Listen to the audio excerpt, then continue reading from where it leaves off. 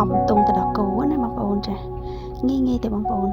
ចាបងប្អូនខ្លះក៏គាត់ចេះទៅបងប្អូនខ្លះក៏គាត់មិនទាន់ចេះអញ្ចឹងណាចាគ្រឿងផ្សំយើងមានដូចជាគល់ក្រីមានម្ទេសមានស្លឹកក្រូចសើច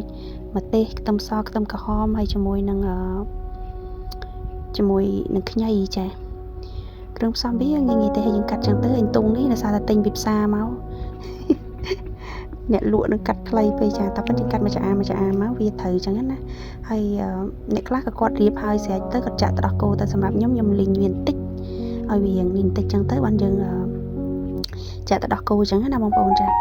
ម្ហូបនេះបើសិនតាសម្រាប់បងប្អូនដែលគាត់ទឹមសម្រាប់កូនហើយអីគាត់ញ៉ាំទៅក៏ល្អដែរចឹងណាមានកម្លាំងមានអីចឹងទៅហើយសម្រាប់អានេះយើងអាចញ៉ាំបានជាមួយនឹងគ្រឿងក្លែមក៏បានញ៉ាំជាមួយបាយមួយអីក៏បានទៅដោះគោឆៅបងប្អូនចង់ដាក់ដូចជាទំហំអន្ទង់3នេះខ្ញុំដាក់ដោះគោឆៅមួយកំប៉ុងហើយយើងលាយជាមួយទៅដោះគោស្រស់បន្តិចទៀតអីចឹងណាជាតិ